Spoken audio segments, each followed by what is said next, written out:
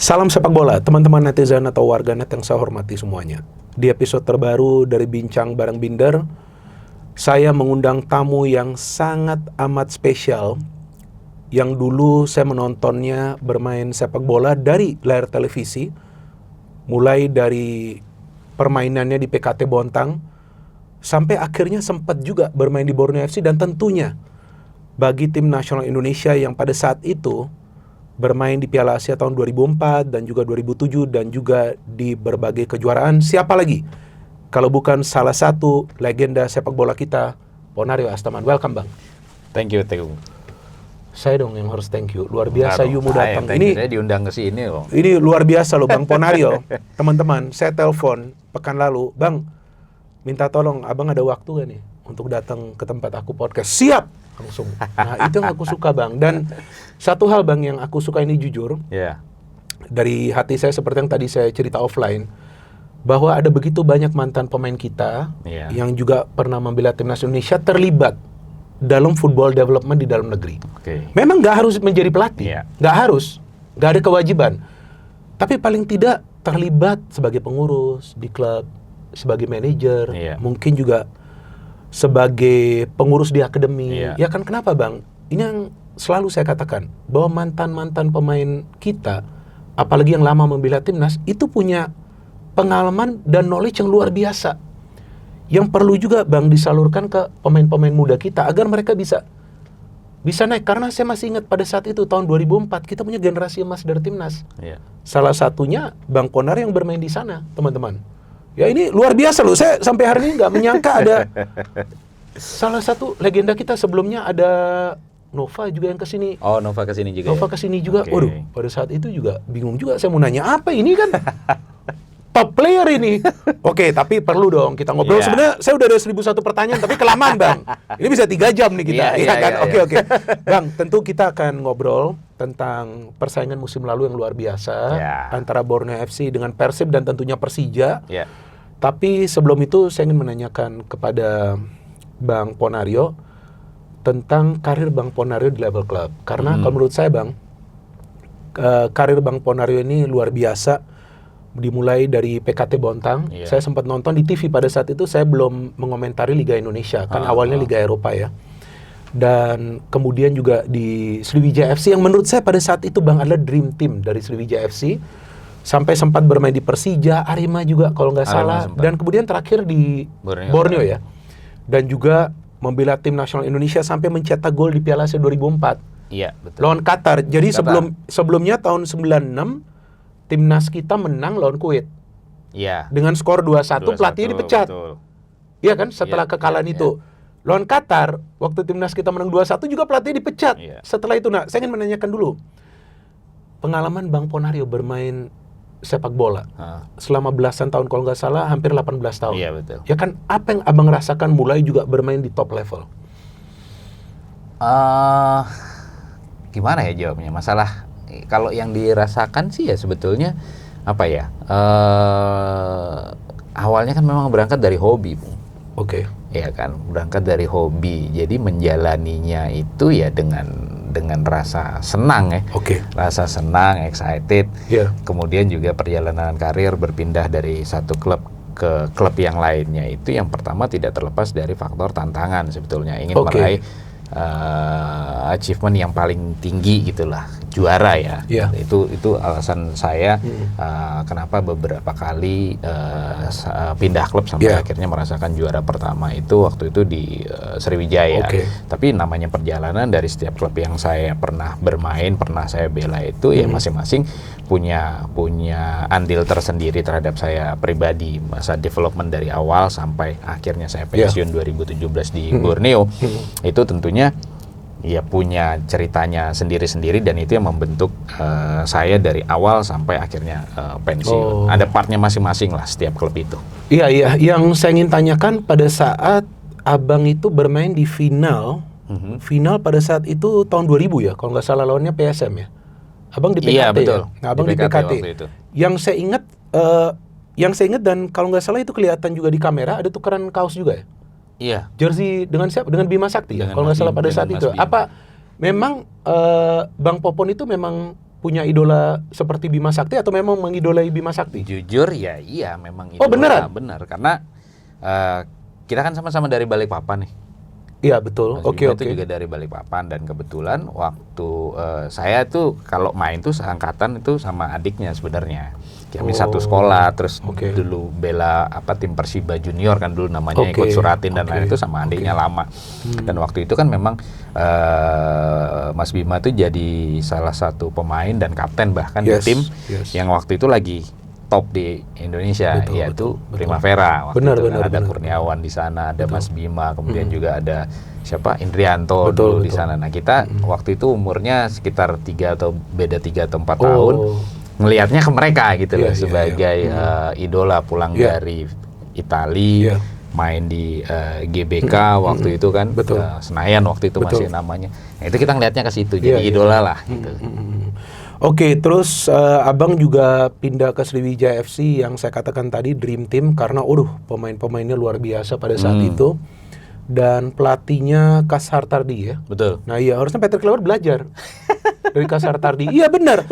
Karena sepengetahuan saya pada saat itu Sriwijaya mainnya attacking banget, cetak banyak gol, dan punya banyak gelandang kreatif, punya back yang kuat, punya kiper yang bagus, punya striker yang tajam, dan setiap kali Sriwijaya itu main, potensi untuk mencetak golnya tuh sangat tinggi. Dan abang menjadi salah satu bagian yang penting di tengah sebagai holding midfielder. Iya kan? Nah, saya melihat bahwa tim seperti Sriwijaya pada saat itu adalah tim impian. Kenapa? Mainnya udah cantik, ya kan, cetak banyak gol, punya pemain-pemain berkualitas sampai juara Piala Indonesia juga. Ya betul ya, kalau nggak salah Piala Indonesia juga. Dan bahkan menjadi juara itu poinnya cukup jauh dari Persipura yang lagi jago-jagonya juga. Dan saya ingat pada saat itu Persipura punya Beto, Ernest Jeremiah dan Boas lah masih. Bio Paulin, Boas ada Bio Paulin itu kan pemain asing mereka kan ikonik banget tuh yang nggak pernah mereka rubah. Tapi yang saya lihat dari tim Sriwijaya pada saat itu Bang, auranya ini luar biasa dengan banyak pemain-pemain timnas. Nah, apa yang abang rasakan pada saat itu menjadi tim dengan permainan bukan cuma menjadi juara, tapi ini kalau menurut saya, mungkin menurut orang lain beda, dengan permainan terbaik tuh pada saat itu. Ya kalau yang saya rasakan ya asik gitu waktu itu memang di tim Sriwijaya karena ya satu pemain-pemain yang ada di situ memang sudah bisa dibilang udah cukup lama ya, kita tahu satu sama lain gitu, baik di terutama di timnas gitu. Jadi chemistry-nya itu emang udah ada di samping memang faktor individual skill-nya juga memang menunjang pada waktu itu. Ada yang punya kecepatan, ada yang punya umpan dengan akurasi baik, ada yang scoring, kemudian defense-nya juga sampai kiper waktu itu kan. Tapi memang bermain sebagai satu tim dengan pemain-pemain seperti itu ya memang menimbulkan excitement yang susah dibilang, tapi kayak kita main aja, ngalir aja gitu loh. Enak ya? Iya, dan sentuhan atau feeling di luar teknik sepak bolanya itu benar-benar jalan. Yang saya maksud itu adalah contoh seperti saya waktu itu kan main sama Firman, kemudian ada Lim Junsik kanan, ada Ridwan gitu-gitu kan. Ada Mahyadi juga waktu itu, depannya masih Kayamba waktu itu. Jadi kayak saya udah sebelum dapat bola aja saya udah tahu mau ngapain gitu loh. Ini pasti di sini ada Firman, sebelah sana pasti ada Ridwan, ini udah siap untuk lari, kayak Amba juga kayak gitu. Jadi chemistry atau kalau saya bilang sih otomatisasi ya. Saya dapat bola ini udah tahu si Firman, begitu saya dapat bola dia udah tahu mau ngapain. Terus kayak Amba juga gitu, yang lain juga gitu, sampai ada si Firman yang sering bilang, jadi kalau dia jemput bola ke bawah itu saya sering marah gitu. Ngapain sampai ke bawah-bawah sini, nggak ada kerjaan apa di depan, tunggu ya di depan, ntar bola ke sana sendiri. Dia selalu cerita kayak gitu. Tapi memang itu yang terjadi gitu. Kalau saya dapat bola atau Lim dapat bola atau bahkan Mayadi dan lain-lain, ya udah gitu loh. Jadi memperingan kerja masing-masing lini, masing-masing pemain karena chemistry yang udah sangat-sangat terjalin. Iya, jadi flow-nya lebih cair. Iya kan ke depannya. Setelah itu abang sempat bermain di Arema, sempat juga bermain di Persija, tapi Persija gak lama sebentar, cuman 1 tahun. Saya sebelum Sriwijaya yang lama itu juga di PSM. Iya, PSM lama sekali ya abang. 4-5 tahun. Terus setelah itu ke Borneo FC. Betul. Ya, Borneo FC itu 2016 ya? Iya. Kalau nggak salah ya? Betul. Dan setelah itu abang pensiun di Borneo FC. Tapi satu hal yang saya ingin tanyakan, ini kalau saya tidak salah ya, karena saya ingat saya nonton abang awal-awal dari televisi, terus kemudian saya mengomentari, ada beberapa kali kritik, gak apa-apa ya? Gak apa-apa. Santai, bebas harus lah justru. Tapi gak banyak.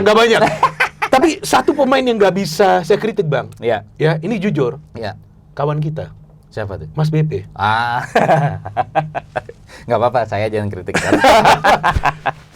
Itu sama abang, kalau saya lihat, ya kan nggak semua orang yang saya kenal dan saya ketemu dekat begini kan, badannya masih fit, teman-teman. Badannya masih fit kayak dulu. Tadi saya salaman keras sekali nih, sama kayak BP juga. Kalau salaman keras banget ini. Oh gitu ya? Iya, maksudnya kondisi kebugarannya dijaga terus ya. Ya apa ya, saya orangnya ya nggak betah kalau nggak apa ya, nggak keringetan sweating 2-3 hari gitu, kayak gerah gitu loh. Jadi biasa berolahraga juga. Bisa berolahraga. Kalau sekarang sih paling sering ya jogging, lari. Iya, maka itu fit sekali. Tapi satu hal yang saya ingat pada saat itu, bermain di beberapa klub, kenapa nomor punggungnya kok 11? Kalau nggak salah 11 kan biasa dulu dikasih striker dulu ya. Kalau sekarang kan beda. Betul. Dulu tuh 9, 11. 9, 10, 11 itu depan dah. Depan. Dan 10 tuh rata-rata. Jadi kalau orang nanya kan siapa playmaker? Itu nomor 10. Iya. Maka itu muncul nomor 10. Ya kan? Betul. Kan abang mainnya di tengah, kok bisa pilih 11? Terus kali saya lupa di klub mana, apakah di Borneo atau di Persija, kok nomor 9 nih pemain? Persija. Iya. Terus kayaknya saya lagi siaran itu hari, nomor 9. Saya kira striker kok oh ini itu baru main kok. Benar. Ponario kok pakai ini gitu. Persija itu 9 karena masuk di putaran kedua. Sebentar. Pindah dari PSM waktu itu. Jadi nomor udah kepake, nomor 11 kan nggak bisa ganti. Dapat 9. Kosong 9. Nah, tapi kenapa bisa 11 ini, Bang? Ya balik lagi tadi ke idola Mas Bima. Mas Bima kan nomornya 11. Oh, saya nggak ingat itu. Dia juga 11 terus. Dia ya? 11. Wow. Itu makanya Luar karena biasa. sangat mengidolakan ya, akhirnya sampai nomor punggung pun mengikuti gitu. 11 ya. Oke, setelah abang cukup lama bermain sepak bola profesional di top level, bahkan seperti yang tadi saya katakan membela tim nasional Indonesia, mencetak gol lawan Qatar, gol yang bagus. Pada saat itu salah satu gol yang kita ingat tentunya, dan juga bermain di 2007 yang Senayan tuh luar biasa ya. Itu. Malah permainan timnas kita bagus loh, Bang, dulu. Iya. Kenapa susah cetak gol kita? Yang lawan Korea sama Arab, lawan kenapa Korea itu? sama Arab, bener. Apa sih kira-kira yang menjadi persoalan ya? Point of view dari abang, kenapa kok kita udah main bagus, kita udah bisa tekan mereka kaget dengan permainan kita, tapi nyata golnya sulit banget itu. Boas gak main, absen. Boas gak main. Karena cedera sebelumnya. Itu di situ.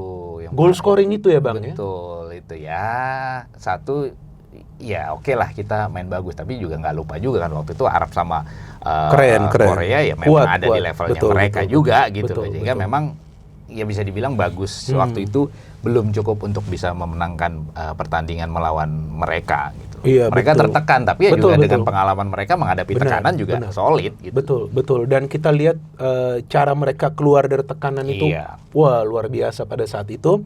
Jadi dengan begitu banyak pengalaman yang abang dapat, kemudian abang terlibat di ruang lingkup sepak bola Indonesia yang tadi saya sangat mengapresiasi dan saya respect banget. Bahkan saya mengatakan ke Nova juga pada saat itu, Bang, saya respect banget, ya kan banyak sekali mantan pemain kita yang terlibat, dan abang menjadi bagian dari Borneo FC, awalnya sebagai COO, dan sekarang sebagai direktur utama. Ya kan, yang saya ingin tanyakan, dengan posisi direktur utama ini, sebetulnya tugas Bang Ponario apa ya di Borneo FC? Sebetulnya ya segala aspek, Bung. Artinya kan beda ya kalau kita berbicara tentang tim dan berbicara berbicara tentang sebuah klub. Oke. Ini sangat-sangat beda gitu loh. Jadi ya tim ya apa yang kita lihat di lapangan. Oke. Bermain dalam sebuah kompetisi dengan pemainnya, dengan pelatihnya, manajer dan lain, itulah tim. Ada target tentunya buat mereka yang musim kemarin Borneo FC ada di posisi nomor 2 terakhir. Tapi berbicara tentang klub ini skupnya lebih luas gitu. Karena dalam situ ada bagaimana kita membina para pemain muda yang ada di akademi sebagai keberlanjutan tim. Jadi semuanya ya memang harus ada proses yang berkelanjutan. Tidak bisa kita hanya berpikir 1 atau 2 musim, 1 atau 2 tahun. Tapi bagaimana supaya tim dan klub ini bisa berkelanjutan 3, 5, 10 tahun dan seterusnya gitu. Kan harus dipikirkan, cycle-nya harus dipikirkan bagaimana kita membangun akademi, berapa tahun mereka bisa siap untuk sampai ke level senior. Di luar daripada itu, contoh ya bagaimana tanggung jawab kita terhadap masyarakat sekitar, terutama Samarinda, apa yang bisa kita berikan. Ada social responsibility juga sebagai sebuah klub di situ. Kemudian dari segi bisnis dan komersilnya juga ada di situ kan. Iya, betul. Bagaimana sebuah klub untuk gain revenue. Pasti itu dong. tetap juga itu salah satu bagian. Sehingga saat kita berpikir sebagai terhadap sebuah klub itu masalah atau perspektifnya jauh lebih kompleks daripada hanya sebagai sebuah tim. Ini yang harus dipahami dulu bagaimana scope dalam berpikir itu sangat-sangat luas kalau kita berbicara tentang sebuah klub. Iya, jadi banyak aspek aspek yang harus diperhatikan. Betul. Tapi yang saya menarik ini yang tadi kita mulai dari satu-satu aspek ya. Yang salah satunya ini Bang yang saya tertarik banget dan juga saya kemarin itu sempat berdiskusi juga dengan Bang Dandri, manajer tim, yaitu dari segi regenerasi pemain. Ya, saya suka banget dengan klub-klub seperti Borneo FC. Kita tahu ada Persija, ya, ada Persebaya, ada Persib juga, dan ada banyak klub lah sekarang yang sudah mulai regenerasi pemain, dan juga pemain-pemain tersebut yang sudah mulai membela tim nasional Indonesia bahkan untuk Piala AFF. Betul. Kali ini kita tahu skuadnya kan, ada juga pemain-pemain dari Borneo FC, ada juga dari klub-klub lain. Nah, saya melihat Borneo FC ini sebagai klub yang 13 tahun ya berjalan 13 tahun berjalan sejak dibentuk, sangat peduli dengan para pemain muda kita. Ya kan, saya tahu di sana yang mengurus akademi, jika saya gak salah itu Coach Jackson. Nah, Coach Jackson itu idola saya di striker. Waktu dia main di Petrokimia, di Persebaya, ngeri banget tuh Bang dulu tuh dia dengan Widodo itu di Petrokimia. Wah, partnershipnya itu, tektokannya itu ngeri banget loh. Ya, dia yang mengurus. Nah, tadi Abang mengatakan soal akademi.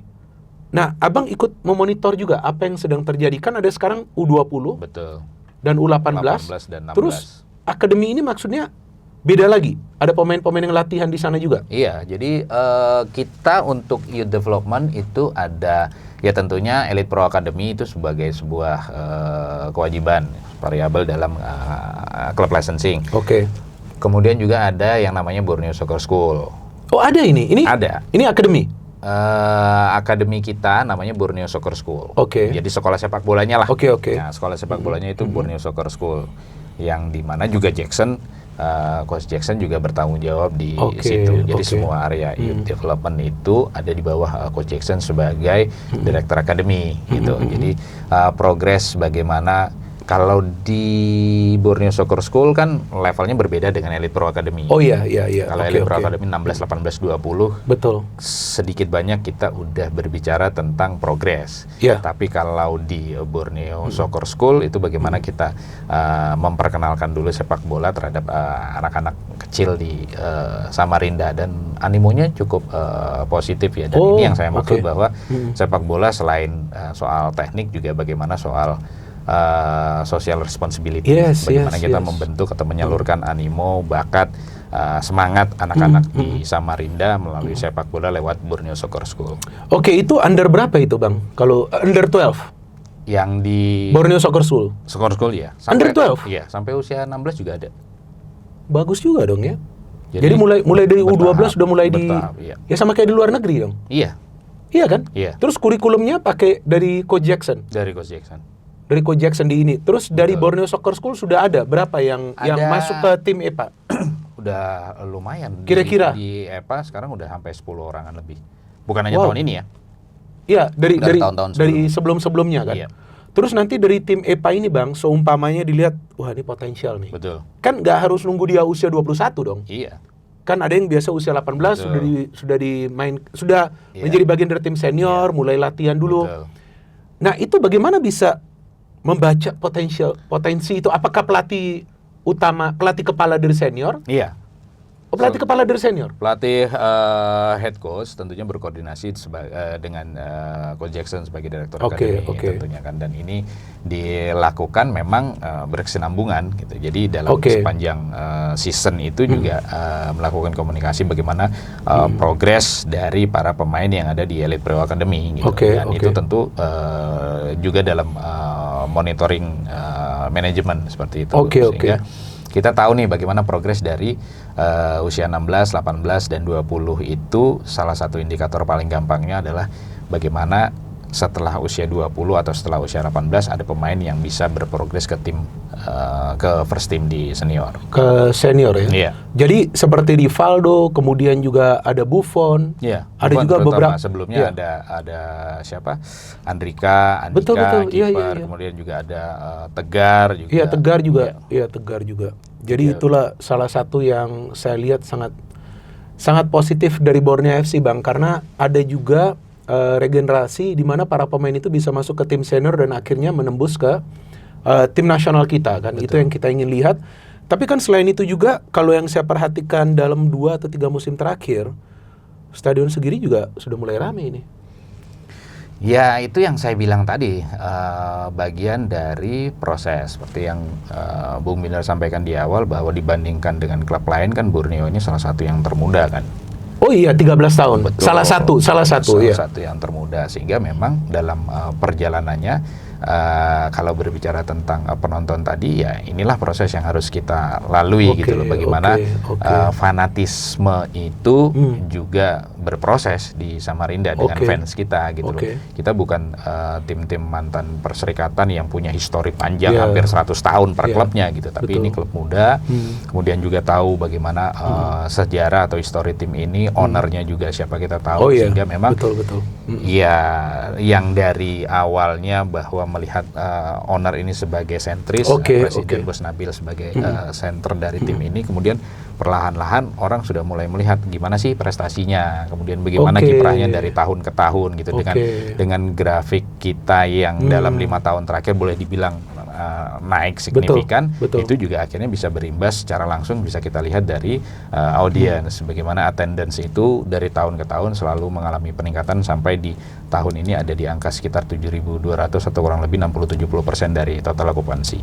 Iya betul, dan saya ingin menanyakan soal dengan naiknya animo penonton ini, kan dengan jadwal ya yang sekarang dalam 2 musim terakhir ini sudah jarang lah ada perubahan jadwal kan, lebih banyak fix. Betul. Apa ada penjualan season ticket di sana? Season ticket belum bisa kita terapkan. Harapannya tentu tahun depan untuk bisa memulai itu. Karena kan tidak terlepas dari infrastruktur. Oh iya, infrastruktur stadion, stadion dan untuk penjualannya. Betul, Stadion Segiri baru selesai direnovasi bersama 22 stadion lainnya setelah tragedi Kanjuruhan. Sekarang untuk single seatnya tinggal numbernya aja yang belum nih. Nah itu kan number seat betul yang perlu untuk kita bisa menjual season tiket. Iya terus dengan bertambahnya nih Bang animo penonton yang saya juga lihat, karena kan saya banyak siaran pertandingan Borneo, walaupun memang kita bisa melihat lah kalau lawan tim yang di papan atas atau juga tim besar itu udah pasti. Betul. Tapi kan ada juga beberapa match yang saya siaran ketemu tim papan tengah. Betul. Ya tetap inilah penuh lah. Kalau saya bisa lihat dari layar kaca penuh lah. Nah bagaimana dengan penjualan merchandise? Kalau saya lihat sih banyak yang pakai sekarang di stadion. Ya merchandise juga mengikuti tentunya. Ini keren loh. Ada ukuran saya? Ada. Yang keren loh ini. Yang penting ada dulu. Ini keren. Ini kemeja kan? Ini kolaborasi kita dengan Navartul Hafiz. Oh ini kolaborasi. Bagus ya, ini ada kolaborasi Navartul Hafiz. Ada coraknya juga ada begitu ya? Ada Manyalanya, kemudian ada Kalimantannya di belakang gitu. Itu apa itu Bang? Navartul Hafiz. Si brand yang kita ajak untuk kolaborasi gitu. Jadi ya ini salah satu yang kita tempuh lah, kolaborasi dengan brand lain untuk menaikkan value-nya klub ini. Balik ke si penonton tadi ya, itulah artinya fanatisme ini juga butuh proses kan untuk bisa ada di top level gitu kan. Ya kita juga tidak melihat menutup mata bahwa musim lalu walaupun kita bersaing dengan memperebutkan gelar juara, tapi memang masih ada beberapa pertandingan yang penontonnya lebih rendah dibandingkan dengan yang lain, masih rendah. Jadi memang kalau saya melihat itu bahwa memang masyarakat Samarinda selain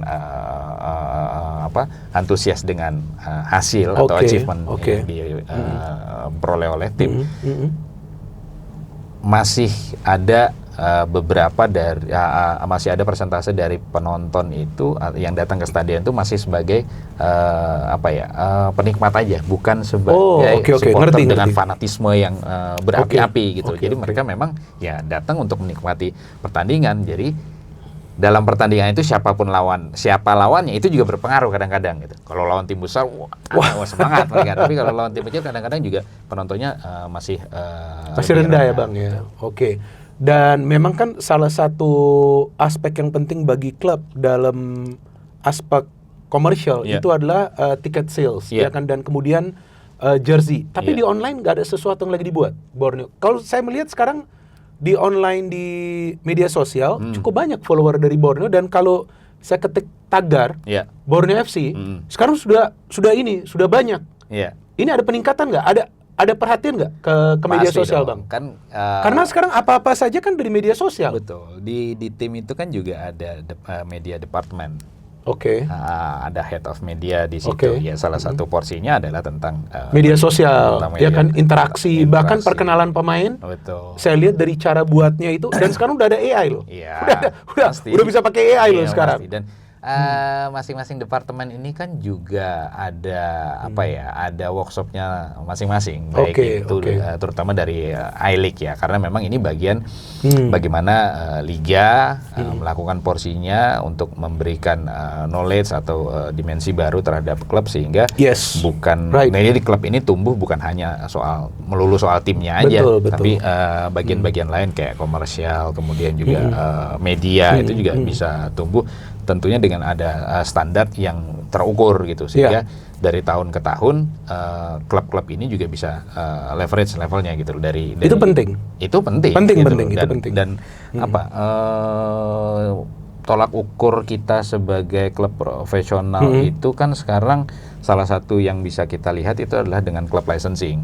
Dan mau tidak mau memang faktor-faktor yang ada atau variabel yang ada di dalam klub licensing itu menjadi sebuah tools untuk klub bisa menuju ke level profesional. Dalamnya banyak tuh, ada legalnya, kemudian juga ada komersial, kemudian ada youth development, kemudian juga infrastruktur salah satunya. Ini kalau memang bisa kita penuhi semua secara tidak langsung berproses, tim-tim di Indonesia saya pikir akan menuju ke level profesional. Kan standar yang kita pakai itu standar Asia gitu kan. Ya Asia, AFC kan. AFC, betul. Dan sekarang saya melihat Bang, bahwa Borneo FC dalam berproses. Tadi kan Abang ada pakai kata proses cukup banyak ya. Saya melihat ini prosesnya bagus ini. Ya, prosesnya ini bagus, dan kalau ada yang bisa buat simulasi grafis, oke lah. Abang kan tadi mengatakan, kita ada berbagai aspek tim, aspek klub. Ini kalau menurut saya, mungkin juga saya salah, silakan dikoreksi. Tapi kalau seandainya ada yang buat grafis, aspek tim, aspek klub, ini sih grafisnya lagi naik, dan kalau menurut saya cepet ini, Bang. Apa faktor yang bisa membuat ini? Apakah tadi Abang mengatakan ada departemen ini, ada departemen itu, terus Abang juga melihat semua. Ini feeling saya nggak tahu sama sekali. Kayaknya nih owner juga terlibat langsung nih. Bener gak sih? Ini feeling aja. Justru itu yang mau saya bilang. Jadi artinya progres dari sebuah klub ini memang ditentukan bagaimana visi dari owner. Ya itu, ini feeling. Betul. Dan saya belum pernah ketemu Bang Nabil, belum pernah. Ya kan, tapi ini feeling kok. Ini bisa cepet ini kemungkinan nih, ini feeling owner terlibat dong, dan sekarang Abang sudah konfirmasi.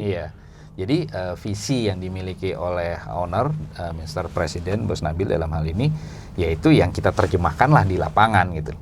Bagaimana bukan hanya mengurusi tim, tapi bagaimana berinvest dalam kelengkapan atau infrastruktur. Kita udah punya satu lapangan artifisial, kemudian dilanjutkan lagi dengan 2 lapangan natural untuk training ground gitu. Ya, ini kalau ownernya nggak punya visi ke sana, nggak bakal jadi itu. Betul, Di betul. level manajerial kan hanya Pelaksana. menerjemahkan, hanya pelaksana. Budgeting pun kita bikin, kalau ownernya nggak punya visi pasti nggak akan disetujui gitu. Iya betul, harus punya visi dan Betul. passion Bang. Iya. Passion itu penting Betul. banget. Ya kita akhirnya menerjemahkan visi dari owner, jadilah Borneo yang seperti sekarang. Oke, Abang baru mengatakan bahwa Bang Nabil juga terlibat secara langsung. Jadi back dari akademi, dari apa semua Iya. diperhatikan semua langsung. Iya. Karena memang dasarnya ya hobi saya lihat ya. Dan sangat-sangat excited. Gak gampang loh itu. Wah. Si bos gitu-gitu jago tuh. Masa iya? Ngapalin pemain lebih hafal Iya, dia kayaknya daripada kita. Ini hanya feeling, kayaknya dia sampai pemain pun kayaknya dia Iya, tahu. bener. Yang sampai yang lagi viral setelah Bang Nabil itu tampil di salah satu podcast lainnya, yaitu tentang pada saat mencari pemain dari luar kok. Betul. Bisa pakai software, oke lah. Itu kan pakai software, itu kan adalah betul. urusan masing-masing. Iya. Tapi kan kalau kita bicara soal pakai software, kan kita mulai perhatikan success rate-nya. Iya. Benar gak Bang? Betul. Artinya, ya buat apa kalau pakai software yang mahal-mahal tapi success rate-nya gak bagus. Betul. Tapi kalau saya perhatikan ini bukan cuma pemain, tapi mulai dari pelatih. Iya. Ini kayaknya kok cocok-cocok aja nih Borneo FC. Ini bener nih pakai software atau ada hal lain? Iya, software itu kan kalau saya bilang kan software itu kan untuk mencari. Betul. Toolsnya Iya, tapi alatnya ya kan. Tapi secara cocok logi ini jalan terus. Yang nggak bisa dibantah itu sebenarnya ya passion gitu loh. Siapa aja bisa pakai itu software itu. Siapa aja bisa pakai aplikasi itu. Siapa aja bisa pakai tools yang sama. Oke, ini gitu. menarik nih, ini menarik. Oke. Tapi outcome-nya belum tentu sama. Nah, itu maksud saya. Kita kan kalau bicara soal software, iya. Itu kan ada sistem. Betul. Ya. Tapi kan loh, masa sih bisa sinkronisasinya ini bagus? Gitu. Artinya kan Oke, apa itu maksudnya passion, Bang? Ada passion di situ. Dia mencari pelatih atau pemain itu yang sesuai dengan passionnya dia atau yang dia mau, dalam artian cara main yang mau dia terapkan di timnya dia gitu loh. Filosofi maksudnya. Filosofi. Itu gitu loh. Jadi ya kalau software semua bisa akses lah sekarang ya. Ada transfer market, ada Wisecode, dan ya itu yang saya bingung bagaimana kita, apa sih yang mau kita cari di situ gitu loh. Ya kalau dari cari 100 pemain apa yang gimana yang mau kita cari gitu. Artinya kan kalau klub lain mau pakai aja. Betul. Kan gitu. Tapi gimana caranya bisa cocok gitu? Ya, itu untuk beberapa musim terakhir. Ya itu memang ya. Jadi feeling juga. Feeling, filosofi itu tadi gitu loh.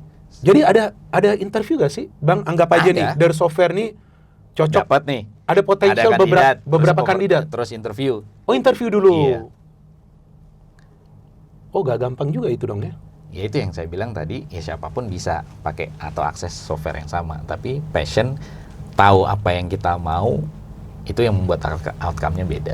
Oke, filosofinya kurang lebih apa sih Bang dalam cara bermain? Karena kalau yang saya lihat dalam beberapa musim terakhir, possession and progressive. Jadi possession ke depan, progressive, menciptakan peluang, tapi kita sempat bicara offline. Iya Bang, possession, progressive, attacking. Tapi kenapa defense-nya bisa kuat juga? Ya kalau itu memang porsinya pelatih. Karena dalam membangun satu tim tentunya pelatih nggak bisa hanya mengandalkan offense tanpa memperhatikan defense. Dan itu juga kita lihat juga gitu loh. Oke, kita menyerang cuman kalau ya kebobolannya juga banyak juga nggak akan bisa memenangkan title gitu loh. Walaupun sampai hari ini memang ya kita bisa lihat lah bahwa ini dari musim ke musim juga kita ada evaluasi gitu loh. Baik secara teknis gitu maupun secara kalau saya bilang secara prinsip atau filosofi ya. Selain dengan pelatih ya udah ngobrol nih, saya Bos Nabil, Dandri, kemudian ada Farid juga. Kayaknya kita nyerang tahun ini gitu. Cuman defense-nya kayaknya dibanding tahun lalu lebih tahun lalu, atau berarti ke depan harus lebih begini gitu. Artinya ya ini yang saya bilang ya, passion, kebersamaan passion seperti ini yang membuat Borneo-nya jadi beda gitu loh. Dan berkembang. Dari musim ke musim tuh perkembangannya bagus. Gitu. Dan kalau berbicara tentang filosofi, si Manyala ini bukan hanya sebuah tagline buat kami gitu loh. Ini representasi dari filosofi klub Borneo FC itu sendiri. Manyala ini kan identik dengan semangat, api, bara gitu. Benar. Waktu itu dalam bentuk tim presiden masih umur 20 tahun. Semangatnya masih muda sekali ya. Saya baru tahu ini. 20 tahun. Waktu itu. Iya, kan, maksudnya awal. Sempat tercatat sebagai owner klub sepak bola termuda di dunia. Baru tahu loh saya 20 tahun waktu 2014. Waktu awal-awal dulu. 14 gitu. Ya kalau nggak salah. Waktu awal-awal dulu, sehingga ya memang yang ya namanya usia segitu senang bola ya senangnya nyerang, senangnya menang gitu kan, sehingga berjalan waktu dapat Manyala ini menjadi sebuah tagline, tapi bukan hanya sebuah tagline, ini adalah simbol filosofi bahwa ya Borneo itu mainnya seperti yang kita lihat kemarin terakhir gitu loh, yang menyerang, kemudian possession menguasai, progresif, mencoba terus untuk mencari gol ya. Dan itu.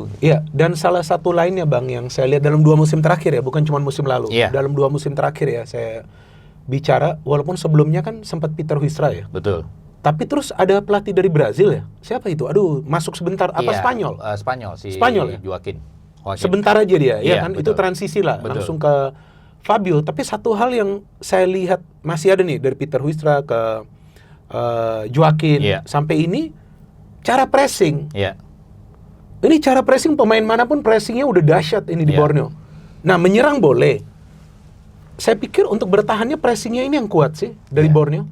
Dan karakter pemain-pemain di tengah, salah satunya tuh Keirose.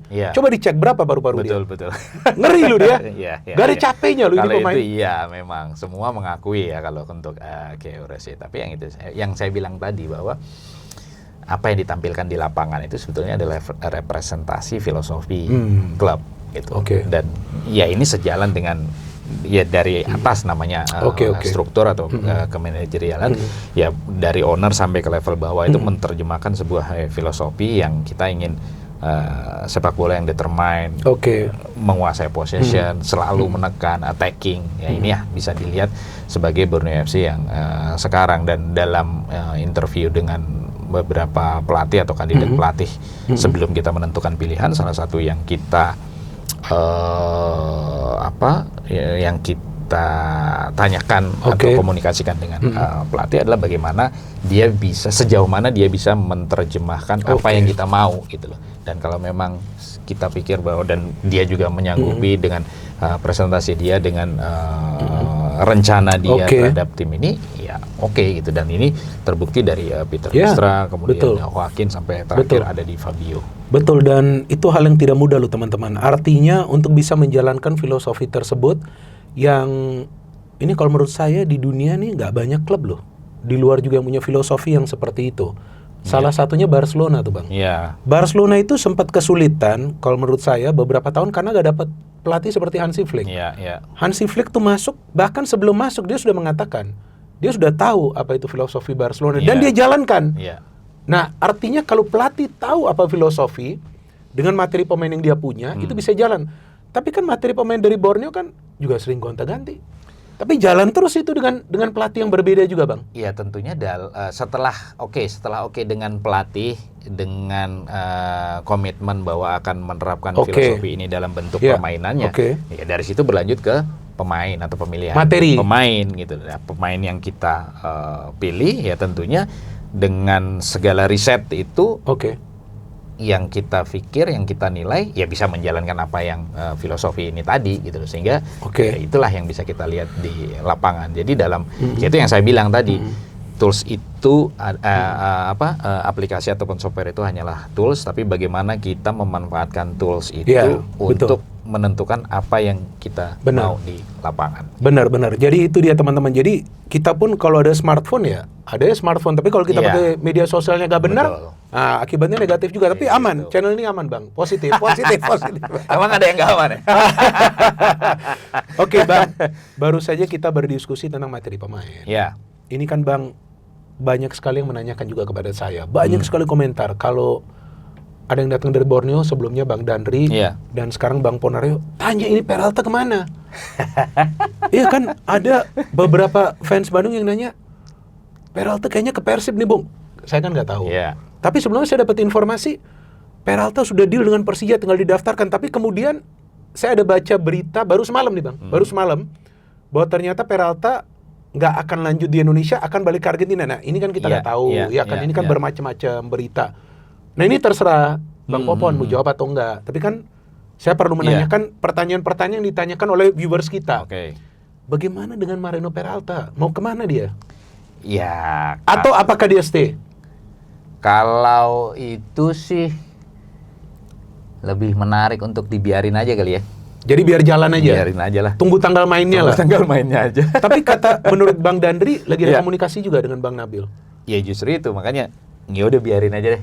Ya udah kalau gitu kita tunggu saja, gak masalah. Itu kan bagian yang confidential. Betul. Iya kan? Tapi kan Peralta ini kan kalau habis kontraknya habis. Ya itu habis. Musim ini kan habis. Nah, bagaimana kelanjutannya ya udah deh. Ya udah kalau gitu kita tunggu biarin saja. Aja, iya. Gitu. Tapi saya berharap dengan bermain di Asia ada pemain-pemain seperti Peralta di sana, Bang. Iya pasti. Artinya kan ya kita akan bermain di 2 kompetisi regional ya musim depan. Ada Asia lewat ACGL-nya, kemudian ada di ASEAN lewat Shopee Cup-nya. Betul. Ya tentunya dari kedua ini kan butuh pemain-pemain asing yang suportif tentunya di level persaingan di kompetisi regional tersebut. Sehingga siapapun nantinya tentunya ya kita harapkan bisa tetap mempertahankan karakteristik dan performa tim ini seperti musim kemarin. Ya oke. Bang baru saja Abang mengatakan soal 2 kompetisi regional ya. Tapi kemungkinan akan ada Piala Indonesia. Betul. Itu kan kemungkinan. Terus masih ada juga Super League. Iya. Jadi kalau Piala Indonesia juga jalan, artinya ada 4 kompetisi nih, Bang. Betul. Ini mempersiapkan timnya ini nggak main-main nih. Betul. Sudah mulai ada pemikiran nggak dari manajemen? Pasti. Jadi begitu. Ya sebetulnya bukan. Inilah yang saya bilang bahwa sepak bola itu kan cycle ya. Kita tidak bisa berpikir musim depan setelah musim ini berakhir. Justru sebelum musim yang kemarin berakhir itu kita juga udah melakukan antisipasi bagaimana musim depannya akan seperti apa. Kita menjalaninya dengan beberapa kemungkinan yang akan kita ikuti. Salah satunya adalah kompetisi di regional gitu. Sehingga ya pemain-pemain yang kita pertahankan itu yang kita nilai atau yang kita pikir memang akan bisa untuk bermain di keempat kompetisi tersebut. Salah satunya adalah tentu pemain-pemain yang usianya memang relatif lebih muda karena daya tahan, kemudian juga stamina, recovery yang lebih cepat dibandingkan dengan pemain senior. Inilah salah satu yang variabel yang kita lihat untuk menentukan pemain-pemain yang akan ada di Borneo FC musim depan. Dan kita bersyukur dari akademi atau dari skuad yang kemarin itu masih cukup banyak pemain-pemain muda yang menjanjikan untuk bisa bermain di Borneo FC tahun depan.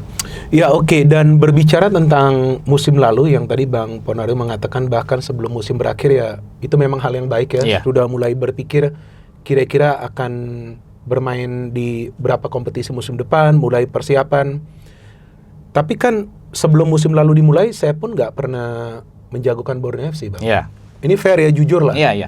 Ya kan bukan artinya kita mengatakan Borneo FC ini tim yang jelek, enggak. Tapi kan yang berada di pikiran banyak orang itu, Bang, sebelum musim lalu dimulai, Persib, Dewa United, Persebaya, terus Bayangkara FC sebagai tim yang baru promosi ya. Tapi Bayangkara kan terlambat panas ya. Nah bahkan saya tidak ada mengatakan nama Borneo FC. Kalau nggak salah 4 tim yang saya mengatakan itu Persib, Dewa, Bayangkara dan Persebaya. Saya mengatakan di Bayangkara bisa kejutan. Dan ternyata yang bersaing di papan atas itu Borneo dan Persib. Sampai final day, sampai pekan terakhir. Ini kan sesuatu yang di luar dugaan saya dan tentu di luar dugaan banyak orang.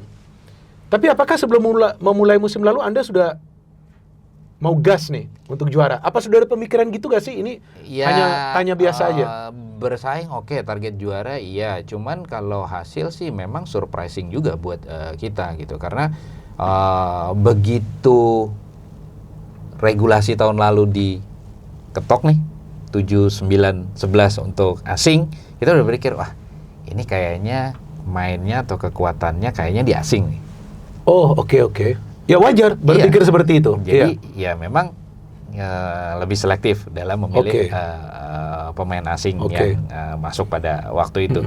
Adapun untuk pemain-pemain lokal kita ya juga berhitung gitu kan, paling sisa 4 ya spotnya. Terus U23 starting line up, kemudian U23. Juga ada di regulasi usia 23, sisa 3 nih. Dari 3 itu kita ada Nadeo, kita punya Komang waktu itu. Kemudian di regulasinya ada U23 Buffon, Rivaldo waktu itu. Oh, Rivaldo. Masih Rivaldo waktu itu kan waktu awal musim. Oke. Masih si Fajar waktu itu. Iya, betul. Kita berpikir nih bersama bahwa udah lumayan oke nih tim gitu kan. Tinggal bagaimana selektif dalam memilih pemain asing. Tapi ya memang dengan konsekuensi itu artinya pemain-pemain yang lain itu kan otomatis pemain muda. Ya jangankan masyarakat ya. Pelatih kita, coach kita Fabio, kapten waktu itu Diego maupun Nadeo pada awal latihan, kesempatan pertama latihan aja komennya, ini kita musim ini main sama junior tim nih. Artinya ya memang di tim sendiri pun responnya seperti itu pada waktu itu, tapi dengan perjalanan, dengan bagaimana kompeten yang ditunjukkan oleh coach Fabio, bagaimana support yang diberikan dari jajaran manajerial, akhirnya pemain-pemain ya walaupun muda tapi yang kita nilai punya potensi, akhirnya bisa jadi pada akhirnya gitu. Dan bagus. Ada Buffon, kemudian Komang juga stabil, cetak beberapa gol. Kemudian Rivaldo kita tahu sendiri. Bagus sekali. Iya. Kemudian juga ada Dwiki di gelandang. Siran juga masih eksis di winger gitu kan. Ya alhamdulillah hasil yang luar biasa pencapaian kita walaupun memang di momen terakhir belum bisa untuk menjadi juara. Musim lalu bagaimana ini? Ya. Untuk bersaing di papan atas, bersaingnya dengan Persib Bandung yang sebelumnya sudah back to back. Iya. Sampai final day. Gimana itu? Dari pekan ke pekan, Abang juga sebagai direktur utama, kemudian Bang Nabil juga, Fabio juga, itu kan tensinya tinggi tuh. Sangat. Kejar-kejaran kan itu. Tapi Borneo sempat berada di atas beberapa pekan. Sempat di awal season kan. Sempat menang 10 atau 11, Bang? 12 kalau nggak salah. 12 beruntun kan? Winning streak kan, ya. Nah, ia kan terus mulai susah menang, terus putaran kedua konsisten lagi dengan beberapa pemain baru. Gimana tuh bersaing dengan Persib, Bang?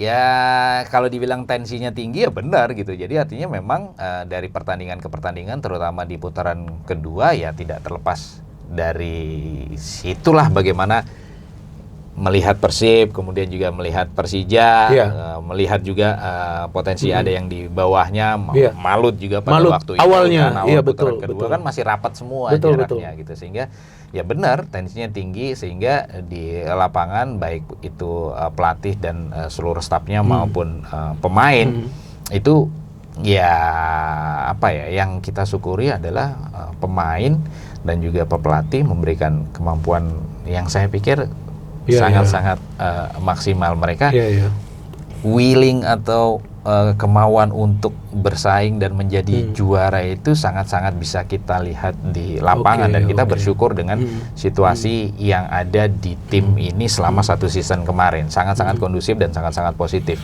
Iya, dan ternyata Borneo FC adalah tim fair play. Iya. Tidak ada satupun pemain mendapatkan kartu merah, tapi cara mainnya itu nggak halus-halus banget itu. Kok bisa? Kok maksudnya cara ngambil bolanya tuh begini-begini. Yang pelanggarannya itu, yang mereka lakukan tuh saya nggak tahu ya. Ini saya nggak tahu. Makanya saya perlu tanya. Itu apa sudah diperhitungkan? Ya kalau mau melanggar yang soft-soft aja. Karena nggak ada loh yang mendapatkan merah. Yang kuning-kuning ada. Saya pikir ya itu tidak terlepas. Itu tadi yang saya bilang bahwa pemain yang ada di tim pada saat itu memang dari individu-individunya juga kita bisa lihat bahwa mereka memang mau untuk jadi juara gitu loh pada waktu itu. Jadi berpikir ke arah sana sehingga ada self awareness juga kalau saya pikir gitu. Kalau saya bikin foul yang parah gini, kartu kuning, kartu merah, selain buat saya juga efek buat tim gitu loh. Sehingga dan itu juga ya selain memang baik dari manajer Bang Dandri maupun juga Farid dan jajaran pelatih juga selalu pasti ya mengingatkan gitu bahwa untuk foul dan monitoring siapa yang dapat kartu kuning 4 kali, 3 kali dan seterusnya kan ada gitu loh, sehingga memang self awareness dari pemain ya cukup baik lah saya pikir, sehingga bisa terhindar lah pelanggaran dengan sanksi-sanksi yang berat. Iya Bang, pertandingan yang high rating musim lalu itu, yang high rating di televisi, di media sosial, interaksinya yang tinggi banget. Itu waktu pertemuan kedua Borneo lawan Persib. Oh iya. Itu saya lupa apa saya yang siaran atau saya Siapa? nonton ya. Lupa. Saya lupa apa saya yang siaran atau kayaknya saya nonton. Saya di rumah. Itu udah kayak final Piala Dunia, Pak. Iya. Mainnya siang ya, kalau nggak salah jam 3 ya. Sore. Setengah 4. Betul. Itu udah kayak final Piala Dunia kok. Apa ambience-nya udah penuh sesak. Para pemain masuk tuh kayak ini pertandingan terakhir. Yang kalah tuh gak jadi juara Piala Dunia. Kok mainnya ini tapi bagus, pertandingan berjalan kondusif. Fair play, sportif. Terus tiba-tiba Peralta dapat peluang, injury time bisa di-save oleh Teja Pakualam. Beckham Putra dapat peluang, bisa dihalau oleh Keirose. Seperti apa itu? Perasaannya pada saat di dalam stadion itu benar loh Bang. Itu selain tentu final day yang Persib lawan Persijap. Betul. Tapi sebenarnya rating benar-benar animo tuh tertuju karena itu dua tim yang bermain benar-benar rapi musim lalu. Tentu Persib, ya kan? Terus ada Borneo FC yang bisa juga memberikan perlawanan juga. Saya lupa waktu itu selisih poinnya berapa ya, tapi memang kalau melihat klasmen ya wajar saya pikir karena hitungan head to head Persib bersaing dengan Borneo, sekarang main di kandang Borneo. Di putaran pertama kita main di kandang Persib waktu itu kalah. Sehingga ini kesempatan Borneo untuk bisa memenangkan pertandingan sekaligus merebut poin dan sempurna. Dan kalau hitung-hitungan poin itu kan sangat ngaruh banget dengan kontestan yang head to head. Sehingga memang ya wajar saya pikir atmosfernya sangat-sangat tinggi, antusiasmenya sangat-sangat luar biasa. Walaupun memang sayang di situ kita belum bisa memenangkan pertandingan waktu itu. Hasilnya tidak draw pada waktu itu. Tapi seluruh tim saya pikir tampil luar biasa dan juga animo dari masyarakat itu satu-satunya pertandingan yang sold out tiketnya itu ya lawan Persib. Sold out total sold out total. Yang menurut Bang Dandri 5 jam atau 4 jam itu? Pas dibuka langsung itu langsung sold out sehingga dan kita juga berterima kasih dengan dukungan yang diberikan oleh supporter dan masyarakat Samarinda. Plusnya adalah walaupun kita gagal memperoleh hasil atau nilai maksimal, tapi situasi masih kondusif, bagus. Tidak ada pelanggaran, berarti tidak ada kejadian yang benar-benar heboh menyebabkan chaos, mengganggu jalannya pertandingan dan lain-lain. Iya, bahkan waktu yang pertandingan Persija lawan Persib main di Samarinda aman-aman aja, bagus juga itu kondusif. Kecewa dari segi hasil tapi tetap menjaga kondisivitas situasi di dalam stadion, mendukung dengan cara-cara yang sangat-sangat sportif lah saya pikir para supporternya. Betul, iya. Bang kan abang juga sekarang sesekali juga siaran di TV menjadi komentator. Jadi ya udah besok siaran kita ya. Iya, besok nanti kita siaran. Jadi sekarang udah setengah pengamat ya kan. Oke, jadi saya perlu menanyakan bagaimana Bang Anda melihat Persib Bandung ini bisa back to back three-peat. Iya dong, sekarang kan saya menanyakan, kan abang juga terlibat nih persaingan, ya kan? Terus juga Anda juga pengamat juga, setengah pengamat lah, ya kan? Kalau timnas, Bang Ponario siaran, dan kalau soal pembahasan pertandingan, wah saya mundur. Nah, artinya kalau soal pembahasan pertandingan timnas, wah ini udah paling top. Oke, coba saya ingin menanyakan nih, Persib ini 3 kali Bang beruntun menjadi juara, dan musim lalu materi pemainnya berbeda, tapi juara juga. Walaupun head to head dengan Borneo FC. Iya, betul. Jadi ya apa ya? Secara tim. Kalau secara tim ya memang apa yang mereka invest ke dalam skuadnya memang juga jadi salah satu parameter lah ya. Bagaimana pemain-pemain asingnya, kemudian juga ditambah dengan beberapa pemain naturalisasi, kemudian juga pemain lokal dengan kualitas yang mereka miliki, memang secara tim kedalaman skuadnya sangat baik gitu loh, sehingga memang untuk bersaing dan menjadi juara memang kandidat salah satu kandidat pada waktu itu. Ya memang apa ya, tidak bisa dibohongi memang salah satu pencapaian yang diperoleh oleh sebuah tim ya tentunya dengan apa yang mereka belanjakan untuk menjadi skuadnya. Betul. Itu salah satu parameter yang tidak bisa betul. dibohongi. Betul. Proses selanjutnya ada pelatih di situ, strategi, taktik dan lain-lain gitu. Tapi berangkat dari awal memang itu menjadi salah satu poin mereka lah untuk bisa berhasil meraih juara di tahun lalu. 3 kali secara beruntun ya. Dan Borneo FC bisa bersaing, memberikan juga tantangan bagi Persib sampai terakhir. Sampai hari terakhir dengan poin yang sama, kalah head to head, ya memang tidak mengenakan jujur pasti kan. Tapi itulah yang terbaik yang bisa tim berikan, bukan hanya buat klub sendiri, tapi buat masyarakat Samarinda dan juga buat penyintas sepak bola di Indonesia tentunya. Bagaimana level persaingan sampai menit terakhir itu menjadi sebuah fenomena baru di liga kita kan. Iya benar sekali, karena itu kan saya sendiri sampai nih yang juara siapa sampai pekan 32 Bang. Masih ada Persija sebenarnya. Saya pekan 32 terus Persib atau Borneo. Kan udah itu Borneo ya.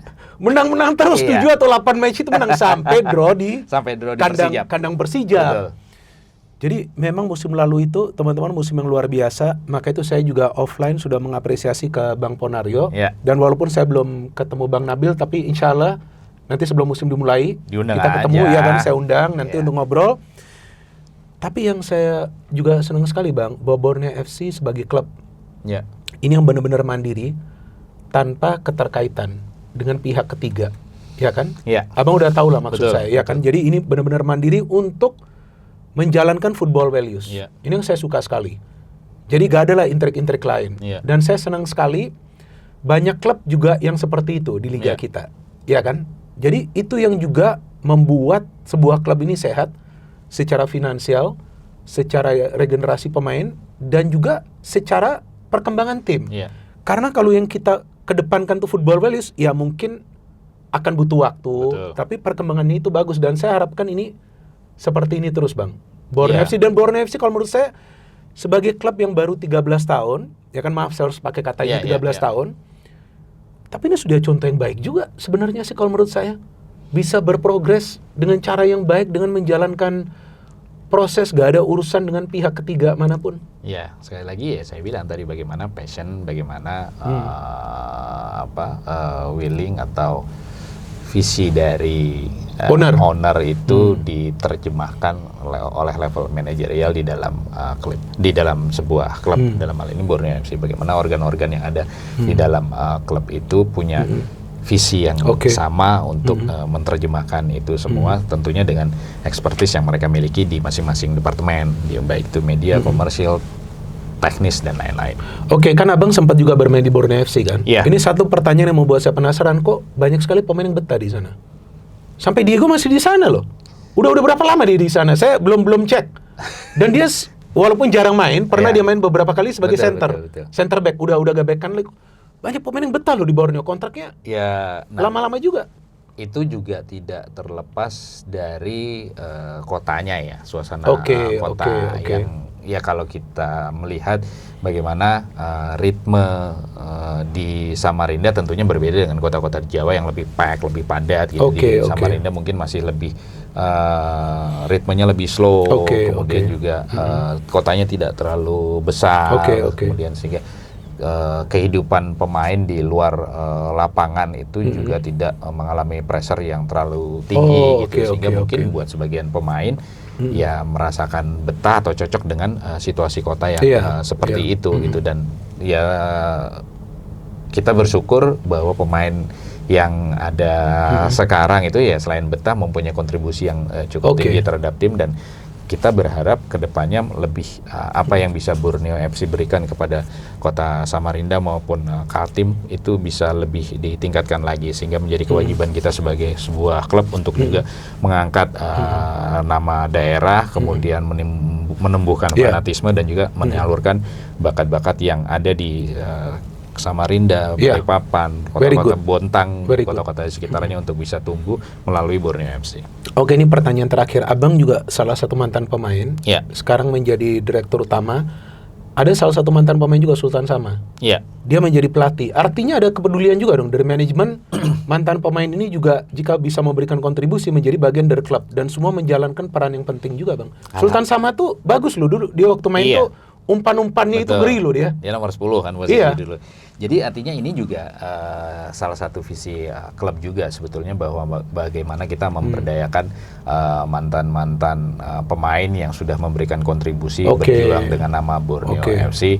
Ini juga menjadi apa ya, menguatkan roots kita ke masyarakat di Samarinda gitu kan. Artinya idola yang tadinya mereka lihat di lapangan sekarang bisa berkontribusi terhadap perkembangan sepak bola di daerah tersebut, dan anak-anak yang tadinya melihat mereka saat bermain sekarang bisa dilatih oleh mereka. Ini kan menimbulkan efek emosional yang berbeda tentunya gitu, sehingga kita harapkan lewat cara ini bagaimana fanatisme terhadap Borneo FC itu bisa semakin ditumbuhkan di Samarinda dan kota-kota sekitar Samarinda. Oke, luar biasa nih teman-teman, sudah nanya A sampai Z, tapi ada ini satu pertanyaan terakhir dari terakhir nih, Bang. Boleh. Musim depan nih sibuk banget. Ya. Kira-kira sudah ada penetapan target belum, Bang? Kan ada jika memang Piala Indonesia jalan ada 4. Betul. Kira-kira nih mungkin apa sudah ada gak sih basa-basi, kira-kira musim depan kita maunya ke fase ini di AFC atau mau ke fase ini di AFF kan? Atau kita di Liga kita coba nih dapatkan juara. Piala Indonesia kan kita belum tahu. Kalau untuk target di domestik ya tentunya kita masih penasaran lah ya dengan progres di ini menarik. Kita berharap tahun depan bisa beneran angkat piala, bisa menjadi juara. Dan yang lebih menarik tentunya adalah target kita di regional, baik Asia maupun ASEAN. Tentunya kita ingin berprestasi setinggi mungkin lah. Kalau bisa menjadi juara di ACGL ya kenapa enggak? Karena itu kan bukan hanya berdampak terhadap Borneo FC sendiri, tapi juga berdampak terhadap sepak bola Indonesia. Dengan berprestasi di kompetisi itu kan nilai koefisien kita meningkat. Indonesia bisa punya lebih banyak wakil di kompetisi Asia level tahun depan, sehingga dari Borneo FC memberikan dampak yang nyata terhadap sepak bola Indonesia. Iya, betul. Ini yang saya suka teman-teman, bahwa memang fokus bukan 100%, kita tambahkan 10%, Bang. 110% di sepak bola ya, untuk bisa membuat Borneo FC berkembang dan juga tentunya melibatkan masyarakat di kota Samarinda ya kan, bahkan menurut Bang Dandri Marwah Kaltim. Betul. Ya kan, ini juga penting, itu hal positif yang baik yang juga saya pikir ini perlu dipertahankan. Dan tentu next tamu saya dari Borneo FC, owner bos ya kan. Iya dong. Datang dong. Ya kan, nanti saya undang jelang musim depan dimulai kan. Oke, Bang, Abang boleh sampaikan pesan-pesan ke viewers, ke kamera. Setelah itu kita tutup. Apa pesan-pesan yang Abang ingin sampaikan ke penonton kita terkait dengan sepak bola Indonesia? Sepak bola Indonesia? Ya, silakan. Iya, kalau berbicara tentang sepak bola Indonesia agak gimana ya? Artinya, ya memang kita semua tengah berproses. Kita nih dari sisi klub tentunya melakukan apa yang terbaik yang kita bisa. Artinya bukan hanya Borneo FC, tapi semua klub yang ada di Liga 1 tentunya sekarang punya target yang lebih tinggi. Bagaimana bisa selain menjadi juara adalah bagaimana bisa berprestasi di level Asia, tentunya juga untuk menaikkan ranking Indonesia di level klub ya, atau kompetisi. Kita ingin dari klub kompetisi Indonesia, liga kita bisa terangkat sehingga menjadi yang terbaik di ASEAN atau bahkan di Asia secara tidak langsung. Klub dari sisi profesionalitas yang berbeda dengan tim nasional sama-sama memberikan kontribusi yang terbaik untuk perkembangan sepak bola Indonesia. Iya, betul. Oke, kita tutup di sini tapi pakai slogan dari channel nih, Bang. Ini sudah mulai viral nih, Bang. Tapi begini, Bang, kita begini. No hate, no hate, no politics, only football, salam sepak bola. Salam sepak bola. Wah, luar biasa, Bang. Thank you. Siap.